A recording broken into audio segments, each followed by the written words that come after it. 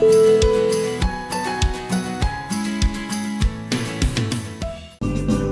porque somos fuertes, no porque nos hemos cuidado, sino por tu amor estamos delante de ti.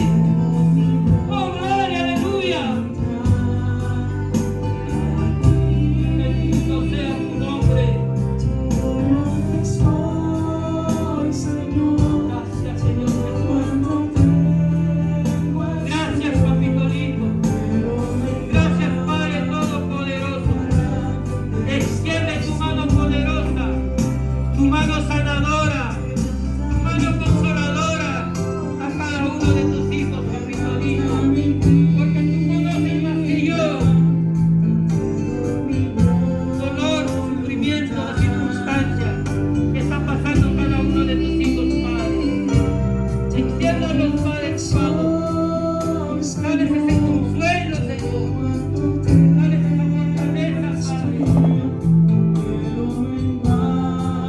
Llénalos el vacío de nuestros corazones, papito lindo, Padre mío.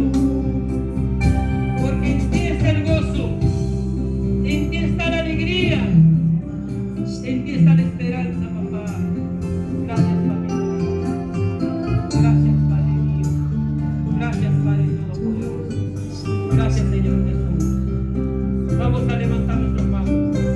Nuestras manos vamos a levantar con acción de gracias, enérgicamente hacia arriba. Y le vamos a glorificar con todo nuestro ser, con todo nuestro corazón.